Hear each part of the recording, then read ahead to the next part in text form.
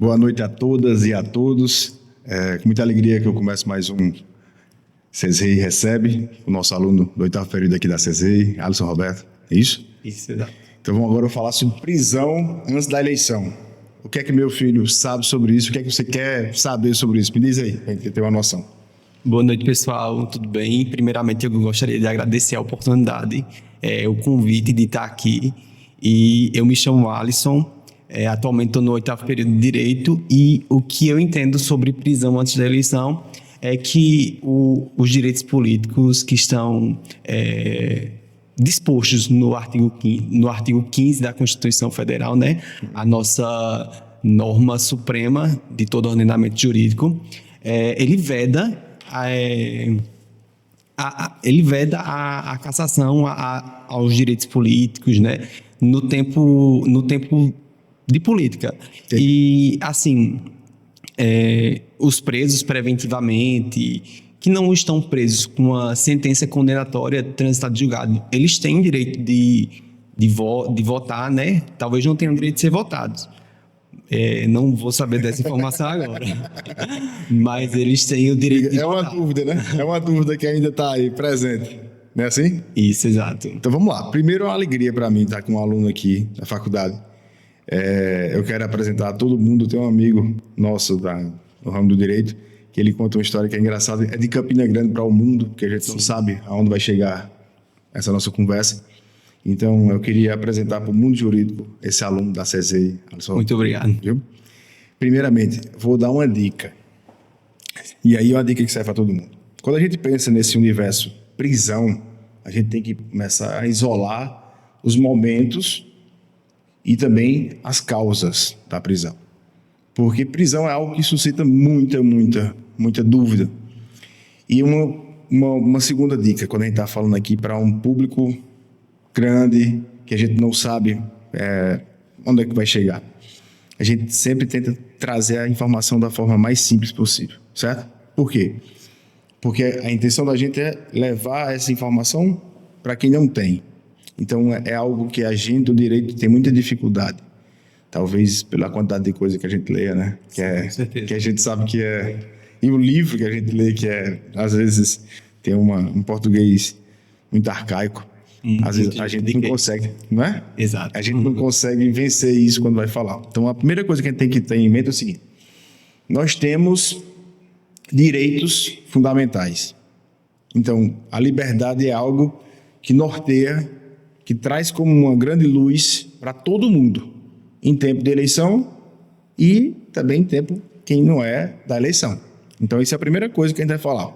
Então, a liberdade é o mote principal de tudo isso. Só que na eleição tem uma coisa a mais. O que é essa coisa a mais que tem na eleição? É o direito de votar e o direito de ser votado. Então a gente muitas vezes fala, mas esquece, que nesse período que a gente chama de imunidade eleitoral, que está lá no Código Eleitoral, artigo 236, a gente tem a garantia de que, independente do que tenha acontecido, 5 dias antes e até 2 dias depois da eleição, uma pessoa que tenha um mandado de prisão expedido, mas não cumprido, certo? Ele tem o direito de ir para a sua sessão eleitoral e votar. Isso é algo muito forte, que muita gente não entende o porquê. Acha que seria uma injustiça. Mas aí a gente está aqui para tentar falar um pouquinho sobre isso. Só que, se de fato isso é verdade, nós temos uma garantia maior para as pessoas que estão colocando o nome no pleito eleitoral. São de 15 dias antes e 2 dias depois. Agora, qual é a grande lógica? E aqui eu não quero que nós tenhamos a resposta de tudo, eu quero só que seja um momento para a gente pensar e discutir sobre prisão, certo? Qual é a lógica disso que tu acha? A lógica eu acredito que seja garantir justamente o direito das pessoas de votar e de ser votado. Perfeito. É justamente isso. Porque é aquela questão. Imagine que você tenha um candidato seu que você já escolheu, certo? E imagine que tivesse situações que poderia ser mais fácil de manipular uma eleição se houvesse uma prisão 15 dias antes. O impacto de uma prisão. A gente falou em sala de aula sobre aquela da expedição, da decisão que mandou prender Gustavo Lima, não foi? Sim. A gente falou em sala de aula recentemente, inclusive. A prisão foi cumprida? Não foi cumprida. Não O foi mandato foi expedido, né? Mas não foi Não cumprido. foi cumprido. Mas teve repercussão a decisão? Com certeza. E se ele tivesse sido preso, tinha tido repercussão para a vida dele? Sim, com certeza. Gigante. Não. Imagine isso num pleito eleitoral. Como é que isso poderia ter sido abordado politicamente? Então, a gente, quando você coloca 15 dias antes e 2 dias depois para um candidato, que pode ser majoritário ou não, pode ser um vereador, pode ser um prefeito, estou trazendo para a realidade local, certo? O que a gente está discutindo hoje, domingo é eleição para prefeito e vereador. Mas se você não tivesse essa garantia no Código Eleitoral, como é que ficaria a pessoa que queria votar no cidadão XYZ que colocou seu nome? E principalmente, desculpa interromper, Não, aqui não interrompe. principalmente a questão de quem está do lado da oposição, né? Porque quem está no poder, em regra, tem uma hierarquia em relação a quem não está, entendeu? Então, assim, e quem vota contra a oposição de quem está no poder, então estaria em uma condição de maior exposição a esse tipo de prisão, a essa prisão arbitrária do Estado, acontecendo de formas ilegais, né? Perfeito. E assim, eu quero deixar muito claro que essa situação política, ela tem essa proteção na Constituição e no Código Eleitoral, porque ela vem do sufrágio que a gente tem, o direito que nós temos de votar. Então, se a gente tem o direito de votar, ninguém pode tirar esse direito. Sim. Agora, 15 dias antes, 2 dias depois, aí a situação se resolve de como é normalmente. Só que aí a gente precisa trazer uma diferença. E Yasmin está perguntando aqui se a prisão de Gustavo Lima foi revogada ou ainda está mantida. Ela foi revogada, inclusive... Na verdade, acho que dias depois, até estava em sala de aula quando eu falei, né? Quando a gente estava discutindo sobre isso. Estava comentando sobre a prisão, né, dele. Sobre a decisão que mandou prender, e eu expliquei como é que politicamente essa prisão poderia ser interpretada. E na mesma noite já foi resolvido isso, todo mundo já foi solto, e no outro dia foi revogado o mandado de prisão contra Gustavo Lima. Para vocês verem, viu, Yasmin, que a prisão tem algo político por trás, sempre tem algo político. Eu estava lendo um livro bacana agora, um clássico de um alemão chamado Mittermeier, e ele fala que todo o processo penal ele tem um quê político. Cara, isso é uma coisa assim surreal, porque a gente pensa que política é só o direito que nós temos de votar e ser votado. Não é assim, a compreensão mais comum, popular, né? É assim. Só que se você imagina que o processo penal é algo que tem uma decisão judicial no final, estamos falando de uma decisão que é uma prisão. No caso, ele falou sobre uma prisão que seria, vai falar sobre uma prisão em decorrência de uma condenação. Só que as duas têm o mesmo viés do ponto de vista de praticidade. Uma é uma condição da outra. Daqui a pouco a gente vai falar sobre isso, é uma das pautas que nós temos para hoje. Quer falar sobre o que é a prisão, porque tem muita gente que confunde o que é fiança, não é fiança, quem paga, quem não paga. Eu nem sei, tu pagasse isso no semestre passado, né? Isso, semestre passado. Vai servir como uma prova oral daqui a pouco. Inclusive com revisão de prova do período passado. Mas veja, o que eu quero dizer para vocês é o seguinte, é que uma decisão, o processo penal como um todo, ele tem um viés, ele tem até eu estou falando difícil agora, ele tem a finalidade de trazer a paz. Isso é surreal. É surreal. A gente imagina que o processo penal, com toda a sua dificuldade, com toda a sua força, mas sobretudo com as suas leis antigas, ele tem a vontade, a vocação, a finalidade de trazer a paz. Só que como é que ele vai trazer a paz se ele prende uma pessoa antes da eleição? Como é que ele vai trazer a paz se ele tira o candidato antes do pleito eleitoral? Eu vou assim, brincar um pouquinho com todo mundo que está chegando aí. A gente está falando sobre prisão nesse período eleitoral. Está chegando na nossa água. Agradecer, obrigado, viu? E aí, eu quero dizer uma coisa para vocês. Hoje, salvo engano, vai ter o último debate para prefeito em todos os municípios, não é assim? Isso. Imagine, eu acho que vai ser difícil o povo acompanhar O da sua cidade. Todo mundo vai acompanhar o de São Paulo. De São Paulo. Que parece que vai ser mais movimentado lá, né? Ali parece que... Imagina se Datena e Pablo Marçal ficam lado a lado. Imagina isso. Imagina que Datena hoje tem outro surto e dá outra cadeirada de Marçal. Ele poderia ficar preso hoje? Hoje não. Hoje eu acredito que não. E aí? Quem tá aí assistindo aí? Pessoal? O que é que vocês acham? Diga aí. É importante. Vou até tomar um copo d'água enquanto isso. Pode falar um pouquinho. Assim, eu acredito que não, né? Com base do que a gente já fala daqui durante a live, né? Essa segurança que o direito traz. Acredito que essa prisão ela seria ilegal se acontecesse na data de hoje. Tecnicamente falando, eu já vou introduzir o segundo assunto da pauta de hoje, que é crime inafiançável e crime afiançável, e vocês vão ver que isso vai ser um complemento do primeiro, certo? A primeira coisa é que se fosse uma conduta em flagrante, e assim seria, né? Porque se a gente for pegar o conceito de flagrante, vai ter prova para todo lado sobre isso. E ele fosse conduzido à delegacia, que inclusive até acho estranho, porque naquele outro não aconteceu isso, certo? Mas isso dá assunto para outros podcasts. Mas não sei porque ele não foi preso em flagrante. Ele seria conduzido, mas lá ele seria solto por fiança. Porque a vedação que nós temos é para o não cumprimento de mandados de prisão ou por sentença condenatória transitada e julgado por crimes inafiançáveis. Então, condutas inafiançáveis, obrigado, querido, inafiançáveis, se o cidadão ou a cidadã que tiver contra si esse mandado de prisão, ele não vai estar protegido pela imunidade eleitoral, certo? Agora, sabe qual é o problema? Que é um trava-línguas que o nosso Código de Processo Penal tem, eu vou brincar mesmo que é um trava-línguas, o que é a fiança no Brasil?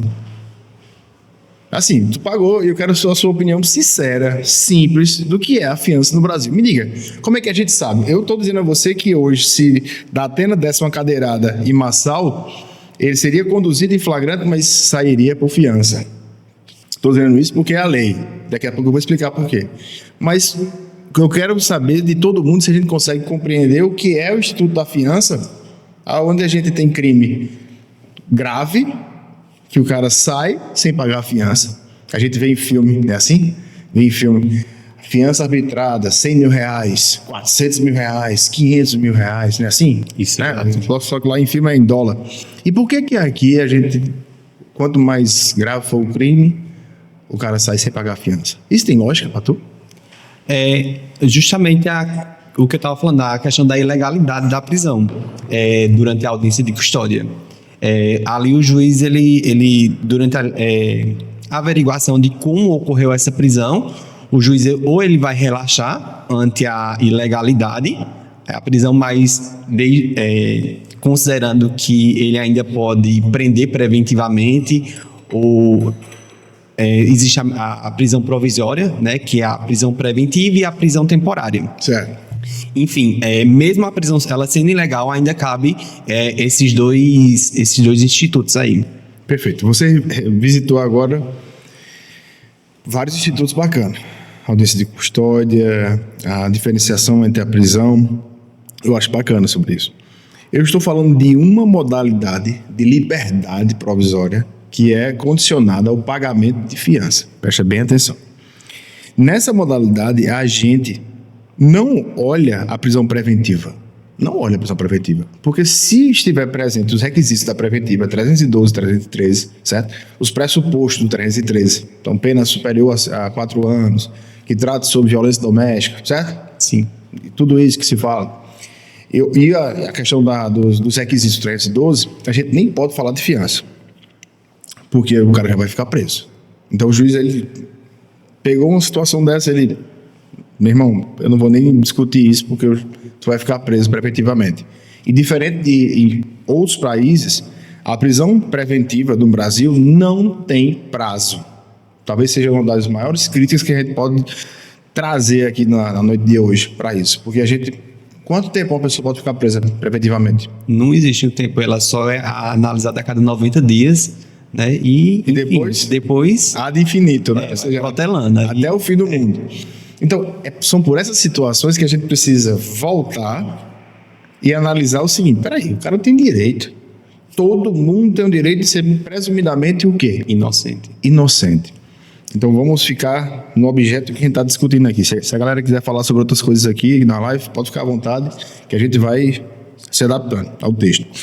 Mas, se nós temos um cidadão ou uma cidadã que é presumidamente inocente, até que se prove o contrário, certo?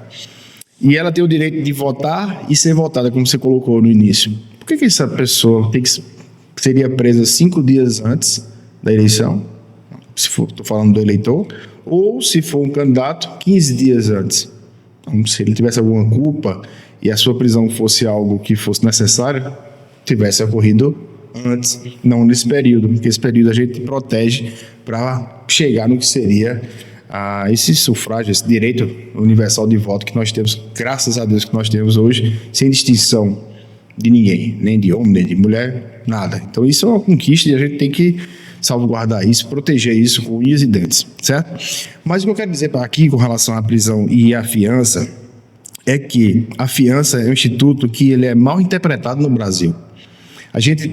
O legislador brasileiro, isso é importante que todo mundo saiba disso, ele pensa que a população brasileira não tem compreensão sobre o tema, e talvez em alguma parte ele esteja correto. Por quê?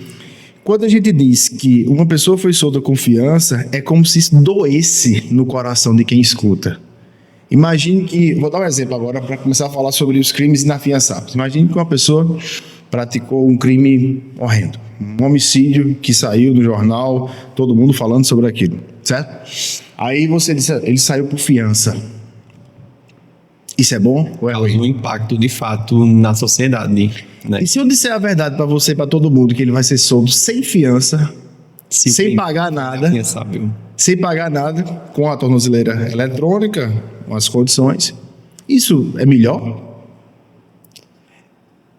Causa um menor impacto na sociedade, né? Por conta que é como se ele estivesse comprando a liberdade dele com dinheiro e o crime que ele cometeu fosse amenizado com dinheiro. Vamos analisar. O Brasil... Eu, enquanto cidadão, né? Não, eu só quero a verdade aqui. Imagine que... Eu imagino que talvez você não esteja no dia a dia. Não sei se isso é uma observação válida. Se for, você me diga. Mas, e também as pessoas que estão aqui acompanhando, certo?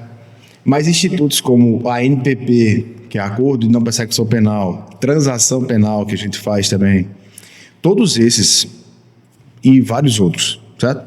A gente consegue conseguir dinheiro para instituições de caridade. Veja que coisa que a gente faz, que o direito penal faz todos os dias. Estou falando de Campina Grande, estou falando da Paraíba, estou falando do Nordeste, estou falando do Brasil, certo? Então, todos os dias nós temos pessoas que assinam um acordo de não persecução penal e, mediante o pagamento de 2, 3 mil reais, eles estão condicionados àquele processo e aceitam a culpa, e aí o processo morre naquele caso, certo? Mediante vários outros requisitos, que eu não vou entrar no caso aqui, que não é o objeto. Quero só que você entenda o que eu quero dizer. Se essa grana que entra, a gente consegue ajudar instituições de caridade, estamos perdendo dinheiro porque não conseguimos usar o Instituto da Fiança. É isso que eu acho. O que falta é um processo de educação para que nós entendamos o que talvez seja algo simples. Para mim, enquanto cidadão, é melhor que um cara pague 100 mil reais para ser solto do que ele passar 3 meses preso, depois sair sem pagar nada. Porque se ele paga 100 mil reais para ser solto, preste bem atenção. E aí, logicamente, que o valor da fiança, né, para ninguém ficar com medo aqui do que está acontecendo, do que eu estou falando, é 100 mil reais, porque depende do crime, depende da pena, tem uma série de requisitos, está lá no CPP, acho que é 321 e pouquinhos, que falam sobre isso, de como é que se calcula uma pena. Tá bom? A condição também de pagar, né? A condição financeira do réu. Tem várias coisas que tem que ser analisadas, que eu não vou analisar aqui, eu quero só que pegue a lógica da coisa. Então, se fosse pago 10, 20 mil reais todos os dias no Brasil, em Campina Grande, quanto é que a gente poderia conseguir de dinheiro para poder melhorar instituições de caridade? E essa pessoa vai ser solta. Então, o que eu quero dizer é que a aparência, lembra da aula que eu disse faz 15 dias? A aparência de justiça e a justiça, às vezes a gente tem uma injustiça. E é importante que nós saibamos disso. Eu como advogado criminalista, já está um tempinho aí nessa luta, eu enxergo isso há muito tempo. Só que o povo não consegue ver. O povo não consegue ver porque, às vezes, a gente consegue trazer valores muito antigos sobre isso, mas se uma pessoa que praticou um crime, como tráfico de drogas, por exemplo, que é um crime que naturalmente tem algum valor financeiro agregado, não é isso? A lógica diz isso. Se ele é um tráfico, se ele trafica drogas, ele deve ter um comércio, alguma coisa nesse sentido. Em tese, né? Porque tem outros verbos que poderiam configurar tráfico sem necessariamente ser um comércio. Mas se ele tem uma renda, se ele tem um valor, se ele tem bens, por que a gente não pode? Exatamente, por que não utilizar, né? Não é? Por que ele não pega? Por que o Estado não pega? Sabe por quê? Porque a maturidade do conhecimento jurídico brasileiro ainda está engatinhando. A gente precisava de mais luzes com relação a isso, de trazer mais vezes esse assunto à tona para que nós tivéssemos condições de falar mais sobre isso mesmo, para que o povo começasse a entender que não, se uma pessoa for solta e pagou 100 mil reais, isso para mim não me dói não, até porque esse dinheiro vai para uma instituição de caridade, vai conseguir ajudar pessoas carentes, vai ajudar a comprar computador para a inclusão digital de uma sociedade, né, de um bairro que está precisando. Olha que coisa interessante, ele vai ficar vinculado ao processo por causa desse valor que ele depositou. Se ele faltar numa audiência ou qualquer coisa que o valha, ele perde valor. Então ele perde uma parte do valor, então ele tem que dar mais grana para ficar solto. Então são coisas que a gente não consegue entender nem discutir na prática porque simplesmente a gente não usa. Então, primeiro ponto agora que eu vou explicar para todo mundo de uma forma clara. Existem crimes inafiançáveis no Brasil, certo? A Constituição Federal prevê e a norma, a lei que está embaixo, disciplina. De regra, nós temos que ter os 3 T's. Lembra da regra dos 3 T's? Tráfico, terrorismo e... Tortura, exato. Tortura. Bacana. Quem não lembrar disso, a gente vai chegar mais para frente, tá bom? Então vamos lá. Os 3 T's: tráfico, tortura e terrorismo. E os hediondos. E os crimes hediondos. Perfeito. E os crimes hediondos. Entre eles, estupro. Lembra de mais algum? Todos os homicídios qualificados, latrocínio, enfim. Perfeito. Tá tirando 10. Esse aqui vai dar show na advocacia, viu? Vai dar show. Obrigado, viu? Obrigado. Se meu pai é seu fã, muito obrigado. Bota o nome do pai aqui, vou mandar um abraço para ele. Obrigado, Riva. Então, vamos lá. Se os crimes são inafiançáveis, e assim ele está dizendo, muita gente pensa, viu, Alisson, presta atenção nisso, que aquela pessoa vai ficar presa durante todo o processo. Não vai. Vou falar difícil um pouquinho, né, porque é maior do que a situação todinha que a gente consegue fazer. Lei do engano. Ou, que coisa, ninguém pode ficar preso durante o processo do começo ao fim.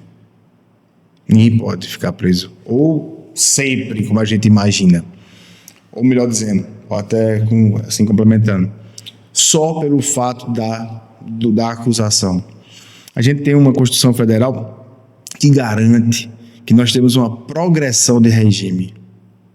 Então, por mais grave que você pode imaginar que seja, que você tenha uma acusação, aquilo é uma acusação. Mesmo que você imagine que um cidadão ou uma cidadã recebeu 100 anos, 200 anos de pena, ele vai ter uma progressão de regime. Obrigatoriamente, né? Obrigatoriamente. Se você imaginar que ele pegou 300 anos de pena e a progressão de regime dele daria 50 anos, então ele iria ficar 50 anos preso. No Brasil nós temos um limite de cumprimento, não é assim? E aí, isso aí o povo não sabe. Então, se a gente não sabe disso, como é que a gente vai discutir fiança? A gente tem que primeiro passar essas informações corretas para todo mundo, para que todo mundo estando na mesma página, a gente volte a discutir as coisas de forma correta. Então, se um crime é inafiançável, a única certeza que eu tenho é que aquela pessoa, quando for solta, ela não paga fiança. Eu estou dizendo seco. Se existe uma série de medidas cautelares diversas da prisão. Medida cautelar diversa da prisão é o seguinte: são situações que são forçadas, impostas para o acusado, o réu ou a ré, para que ele seja solto em detrimento, assim, sem ser a prisão, tá bom? Sem ser a prisão, ele vai ser solto mediante ou cumprindo alguma coisa. Existe uma série disso. São questões elencadas. Para todos os outros, tem todas elas e a fiança. Para o crime inafiançável, esse rapaz ou essa moça vai ser solto por todas elas, menos a fiança. Isso se torna um benefício ou um malefício para ele? Se torna um benefício. Um benefício para ele. Exatamente. Então, se você parar para pensar, e olha que coisa assim, louca do que eu vou dizer. A gente tem um entendimento do STF, e aí vai descendo, né, STJ, tribunais e juiz, que uma lei ela não pode se esvaziar do seu conteúdo. Ela não pode se esvaziar do conteúdo. Porque se uma lei ela é vazia, se uma pessoa é vazia, quem é que fala com ela? Eu vou falar com a pessoa vazia. Se esse copo está vazio, de que me serve para tomar água? Se uma lei é vazia, ela serve de quê? E se você me provar, ou qualquer outra pessoa me provar, que quando se garante que um crime grave é inafiançável, isso não é um benefício para o acusado, aí eu fico calado com relação a esse meu argumento. Agora, olha que coisa, que aí é interessante que nós estejamos na mesma página para que nós tenhamos uma compreensão correta disso. Quando houver a prisão e quando houver a análise disso, o juiz, sabendo disso, inclusive isso que eu estou falando não é um conhecimento só meu, isso é um conhecimento de todo mundo, certo? Por que ele não pode aplicar uma fiança? Justamente porque você disse que as pessoas iriam dizer que aquele cidadão ele comprou a liberdade. Pois é, então assim, é preciso que nós tenhamos luz e muita luz sobre esse fato, para que a gente não continue fazendo coisa que realmente não tem sentido na lei. Então, a regra no Brasil, só começando já para a gente ir caminhando, a regra no Brasil é a liberdade, sendo a exceção a prisão. Como você bem disse, colocou, a prisão será renovada ou reanalisada a cada 90 dias, só que sem um prazo final. Sem um prazo final, a gente não sabe até quando isso vai acontecer, só que ela tem um prazo lógico. Que prazo lógico seria esse? Uma prisão ela não pode ficar tanto tempo a mais do que seria a progressão de regime. Então, a gente, por mais que nós não tenhamos uma previsão se a prisão de... Vamos dizer, que eu acho que poderia ser mais lógico ainda. Imagine que a pessoa seja acusada de uma pena de 20 anos, certo? Um homicídio qualificado.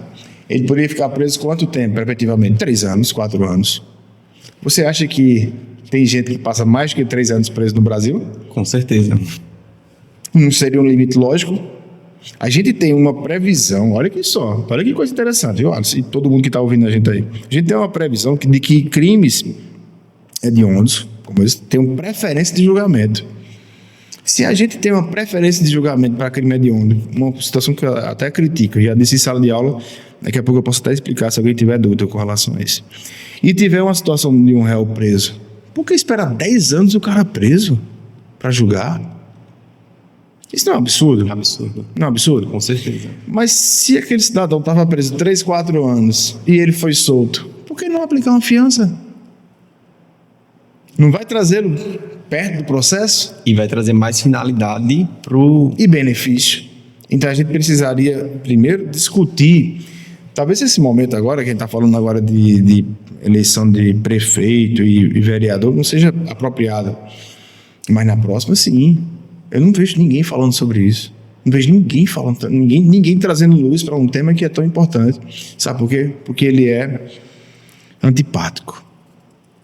Sabe aquele tema antipático? Que você diz assim, eu estou fazendo certo. Estou fazendo certo. É tipo a gente repreender o filho da gente. Estou fazendo o certo. Só que aquilo é ruim.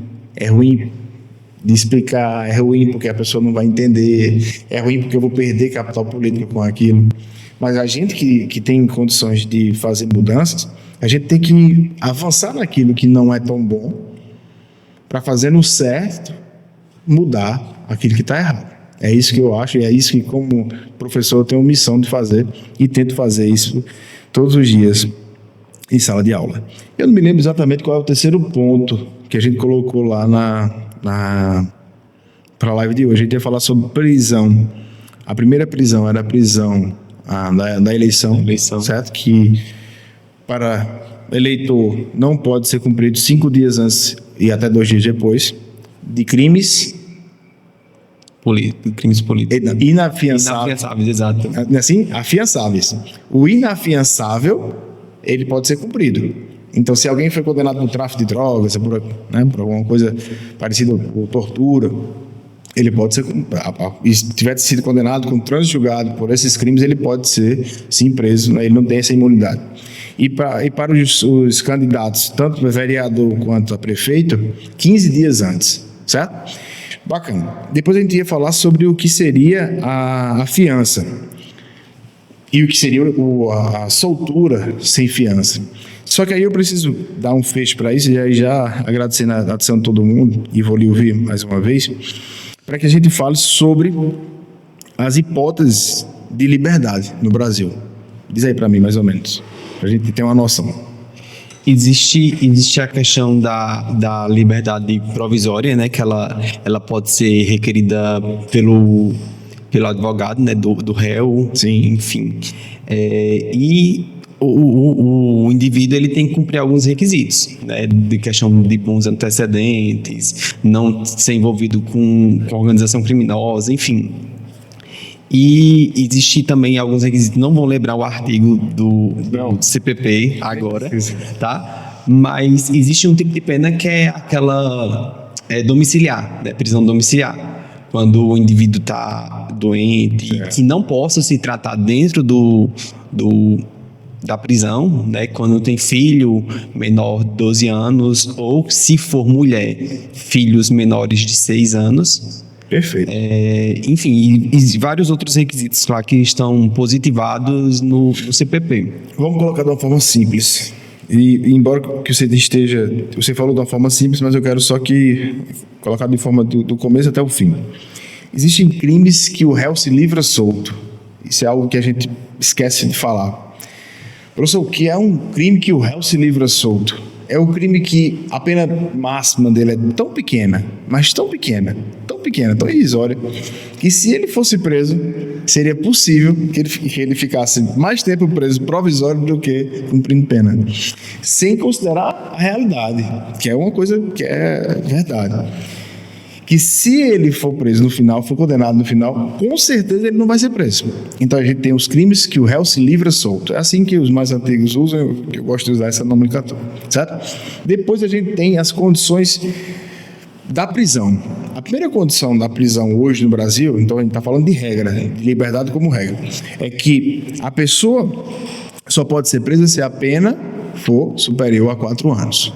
Primeira regrinha que tem lá do 313. Ou relacionado à violência doméstica. Isso é uma ressalva importante, porque a gente sabe que a gente vive num país onde os casos de violência doméstica são cada vez maiores, cada vez é um problema maior para todo mundo. Hoje mesmo estava já combinando um podcast a próxima semana, que vai falar sobre violência doméstica, e eu vi lá várias pessoas trazendo as demandas. É uma coisa louca no Brasil. Então, independente da pena, cabe a prisão para violência doméstica. É o primeiro recorte que eu tenho que fazer isso, para a gente sair daqui sabendo disso. Só que a gente tem a regra, que é se livra solto até 4 anos, a pena máxima. Então, se você imaginar qualquer crime que a pena máxima seja inferior a 4 anos, ele também não vai ser preso. Então, ele vai responder a um processo criminal e ele não vai ser preso. Ele não vai ser preso. Se a pena for superior a 4 anos, ele pode ser preso. Só que aí, quando ele começa a falar do que ele pode ser preso, a regra ainda continua a liberdade.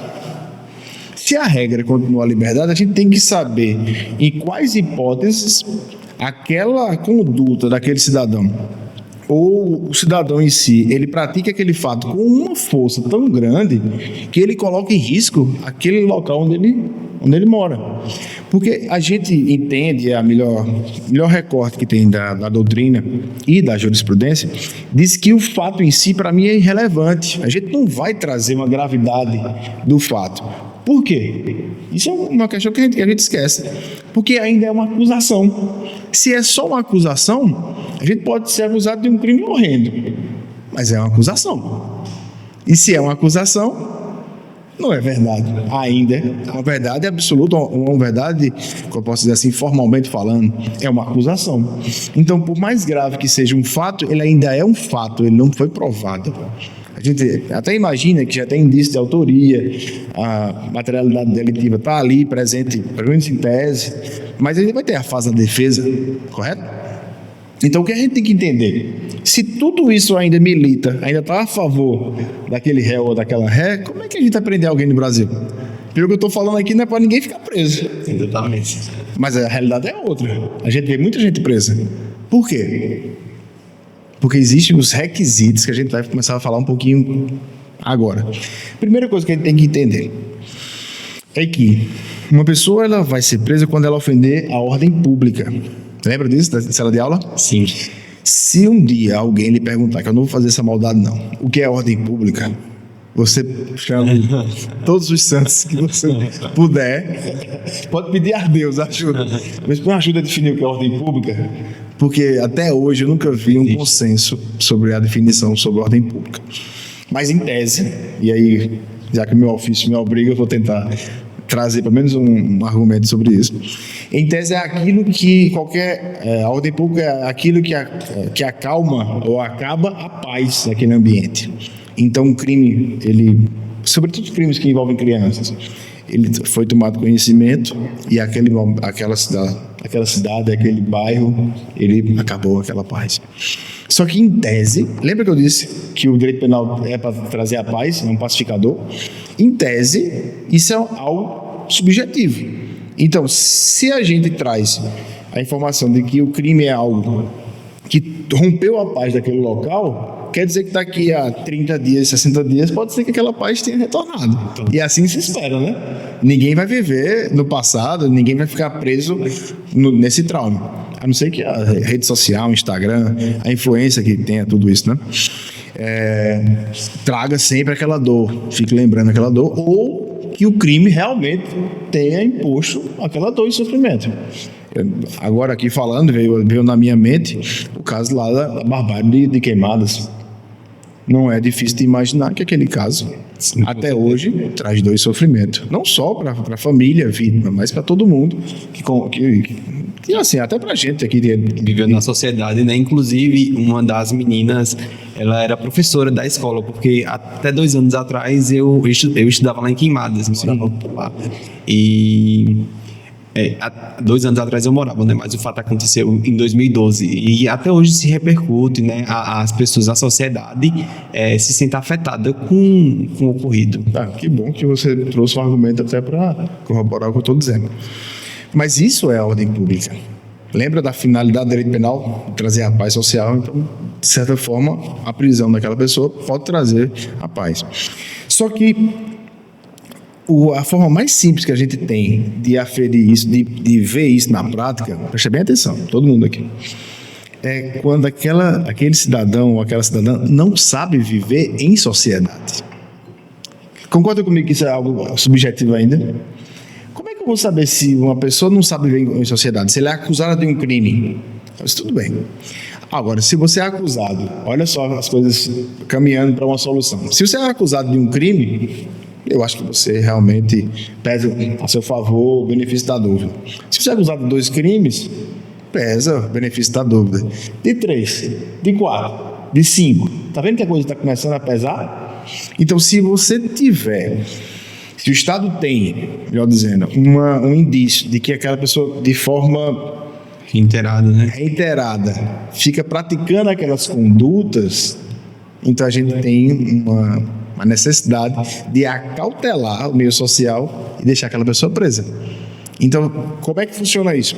No auto-busão em flagrante, o delegado de polícia, que agora nivelmente o Dr. Demetrios, por exemplo, lá da Roubos e Furtos, ele cita, fulaninho está aqui, está acusado desse roubo aqui, só que ele também tem esse procedimento. O juiz, quando pega, ele diz, tudo bem. Aí o advogado pede a liberdade provisória, não é assim? Exatamente. Aí o juiz diz, tudo bem, você pode pedir, mas aqui vai vir uma preventiva, porque você é acusado disso. Professor, mas o senhor está dizendo que ele é acusado, ele ainda é acusado. Mas é acusado disso. Então, realmente, em tese, a gente deveria acautelar o meio social daquela pessoa, para ver se ele preso, as condutas tendem a diminuir. Entende a lógica? Entendi. Então, é mais ou menos isso. Então, a gente está falando de ordem pública. Ordem econômica a gente nem discute muito, porque a gente não tem crime. Eu fico brincando em sala de aula, dizendo que o único crime recente que abalou a ordem econômica foi o crime de Toinho, né? Que acabou com a economia de Campina Grande. Estou brincando aqui, mas eu sei que é uma coisa séria. Mas quase todos os outros crimes não conversam com essa questão da ordem econômica. Garantia da aplicação da lei penal. O que é garantia da aplicação da lei penal? Essa pessoa está se arrumando para fugir. Então, ele tem um indício de que ele está começando a sair, arrumar um jeito de trocar de domicílio, comprou uma passagem, alguma coisa desse tipo. Então, se tem esse indício, prende o cara. Né? Ou a moça, prende o cara. E aí, talvez a mais importante que eu deixei para o final, que é para assegurar a produção das provas. Porque a gente sabe que as provas, elas têm dois grandes viés. Tem as provas técnicas, oficiais, e tem as provas que são testemunhais, certo? Se você imagina que 93% dos processos do Brasil se resolvem, pode ser 97%, não dá errado não, se resolve com prova testemunhal. Se a gente tem evidência que aquela pessoa solta está ameaçando testemunha, a gente não pode dizer ou pensar que aquele processo está comprometido. Então, se você tiver indício de que aquele acusado ou aquela acusada está, de alguma forma, colocando em risco a produção da prova, eu falei testemunha porque é a apoteose, é aquela coisa maior que tem no processo. Mas se ele for pego destruindo o celular, rasgando documentos, queimando, aquele cidadão, aquela cidadã pode ser presa. Porque ele está dando indício de que ele não está querendo respeitar a regra do jogo, que a gente chama de devido processo legal. Só que aí, e aí já vai o fecho com relação a isso, é importante que a gente saiba o seguinte: quando esses são os requisitos e os fundamentos da prisão preventiva, uma vez que elas não mais existem, o que é que acontece? Liberdade. Então, você foi preso, a pessoa foi presa porque estava, de alguma forma, se ajeitando para fugir, como a gente diz, né? Popular. Mas ele juntou o comprovante, pagou, se pudesse pagar fiança, pagou uma fiança alta, deixou um imóvel lá preso, fez alguma coisa nesse sentido. Aí o Estado disse: não, tudo bem, esse cara está vinculado ao processo, vou dar a liberdade dele. Né? Se for um crime afiançável. E se for um crime inafiançável, a gente pode colocar uma tornozeleira eletrônica, pode uma prisão, recolhimento domiciliar noturno, alguma coisa nesse sentido para deixar ele mais preso ao processo. Mas, de novo, a regra é a liberdade. Se ele ameaçou testemunha ou atrasou a produção da prova de alguma forma, acabou a instrução do processo, por que esse cara está preso? Não tem por que ficar preso. Se o motivo da prisão era ele atrapalhar a marcha do processo, né, o caminho do processo, por que ele vai ficar preso? Libera o cara também. Entende a lógica? Entendi. Primeira a ordem pública. Passou um tempo do crime, ninguém mais fala sobre isso. A gente tinha 3, 4 processos em andamento, os outros processos ele foi absolvido. Por que ele não é solto? Tem que ser solto. Então, o que eu quero terminar do jeito que a gente começou. A liberdade é a base e a finalidade do direito penal. A gente tem um direito penal no Brasil que acredita veementemente, pode ser uma ilusão, que até compartilho dessa ilusão, né? Que dizem que os amantes apaixonados são iludidos, então eu posso ser um deles.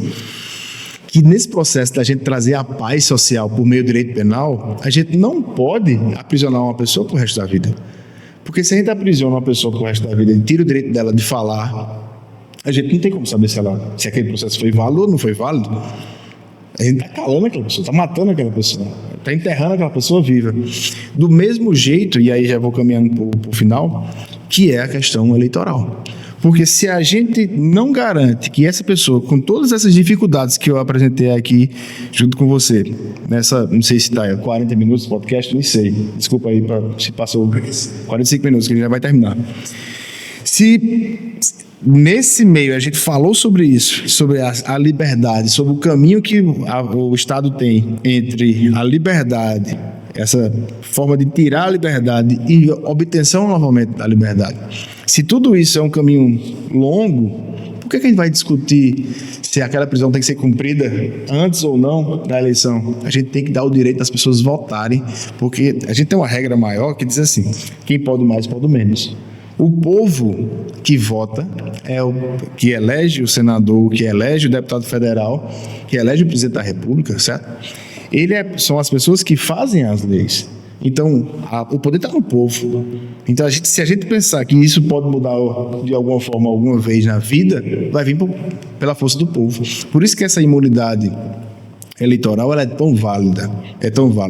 Porque às vezes é da dor e sofrimento de uma pessoa dessa, que tem condições de trazer isso a público e mostrar para todo mundo, certo? Que a gente tem condição de ter um processo de mudança. Porque o processo de mudança é doloroso. Todo mundo que já mudou alguma coisa na vida sabe a dor e o sofrimento que vem. Mas se for um processo válido, ele serve. Do mesmo jeito se aplica para os candidatos. Se um candidato tem uma proposta X, Y ou Z, e a gente tem uma garantia de que ele, 15 dias antes ou até 2 dias depois, ele não pode ser preso, isso não é uma garantia do ponto de vista, assim, um cheque em branco para praticar crimes. É a garantia que nós temos o seguinte: eu não sei por que esse cidadão ou essa cidadã está sendo acusada. Não sei. Só sei de uma coisa, que se ele colocou o nome lá, ele tinha capacidade eleitoral de ser votado. A gente sabe o filtro que o direito eleitoral faz para que a pessoa possa ser candidata. Não é assim? Sim, todo mundo sabe, tem um filtro muito grande. Não é todo mundo que consegue ser candidato. E se passou por esse filtro eleitoral, se passou por essa triagem, e 15 dias antes ele foi condenado, alguma coisa desse tipo, e a prisão não foi cumprida, não pode ser cumprida nesse período eleitoral. Por quê? Porque a gente tem que dar o direito do povo de votar nessa pessoa. Pode ser que essa pessoa no futuro seja absolvida, seja solta. E aí, como é que vai ficar a imagem dela? Como é que vai ficar aquela senhora, que a gente usa muito direito penal, aquele João, aquela Maria que queria votar nessa pessoa, que se identificar com o discurso dela e que não votou, porque o rapaz foi preso 15 dias antes, foi preso na véspera da eleição. É ruim. É muito complicado. Tá bom? Então, eu abro agora espaço para você falar, dar seu tchau para a galera aí, e a gente já vai caminhar para o fim. Então, pessoal, mais uma vez, né? Enfim, obrigado pelo ensinamento, professor, e obrigado pelo convite. Não tenho muito a falar sobre direitos políticos, direito eleitoral, mas foi uma live, uma noite muito produtiva, de muito conhecimento. Obrigado por todos que estiveram aqui, que tiveram a paciência, né, de nos acompanhar, e até logo. Agradecer a cada pessoa que aqui acompanhou o trabalho da gente hoje, certo? Não consegui ver todo mundo. Obrigado aqui pelas mensagens. Mas eu quero dizer uma coisa, para que fique muito claro, Alisson, para todo mundo que está acompanhando. A missão da gente como advogado e a missão nossa como professor é de saber que o novo sempre vem. O novo são vocês, que são os alunos. Daqui a X tempo, se Deus quiser, eu vou estar, não sei, né, o futuro, mas eu devo estar cuidando da minha vida, com meus netos, não sei. E vocês é que vão assumir esse posto. Então, quando a gente tem esse momento de incluir um aluno como você, que sabe das coisas, tem conhecimento e tem vocação para ser advogado ou jurista que você quiser, a capacidade que você quiser, você vai fazer. Eu fico muito feliz. E que esse seja o pontapé, para que nós tenhamos mais momentos como esse de inclusão digital e real. Porque a gente não vive mais no mundo, a advocacia que eu comecei há 21 anos atrás, que a gente terminava e ia para o fórum e ficava naquela briga. O mundo é esse. As pessoas estão aqui sabendo que você é estudante, está no 8º período, está terminando daqui a 2 anos, um ano, né? Um ano já está tirando a OAB, já vai começar a fazer. Então, que esse seja um pontapé inicial para que você se sinta com a força necessária para começar a falar, porque tem muita gente. Vou terminar com essa frase. Na pandemia, um aluno me disse que tinha muito advogado, viu? Preste atenção, muito advogado. E aquilo me doeu no coração, porque é uma frase que todo mundo, de alguma forma, concorda com isso. Tem muito advogado, não tem mais espaço para advocacia, não. A gente não tem mais como viver. Aí eu perguntei a ele se ele conhecia algum local que tinha alguém sofrendo na cidade dele, que no caso é a nossa Campina Grande. Ele disse que sim. Eu perguntei a ele se ele sabia, se ele imaginava que tinha alguém preso de forma injusta no presídio, na cadeia. Ele disse que imaginava que tinha. Eu perguntei a ele se tinha alguém que não tinha acesso à saúde em Campina Grande ou no Brasil. Ele disse que tinha. Eu disse, então, acho que tem um pouco de advogado. Espaço. Um pouco advogado e muito espaço, né? Assim, então, eu acho que tem. Enquanto a gente não viver numa sociedade perfeita, onde todo mundo tenha tudo e que saiba lutar pelos direitos, a advocacia sempre será necessária. Tá bom? Então, um abraço, querido. Um abraço a todos. Obrigado a todo mundo.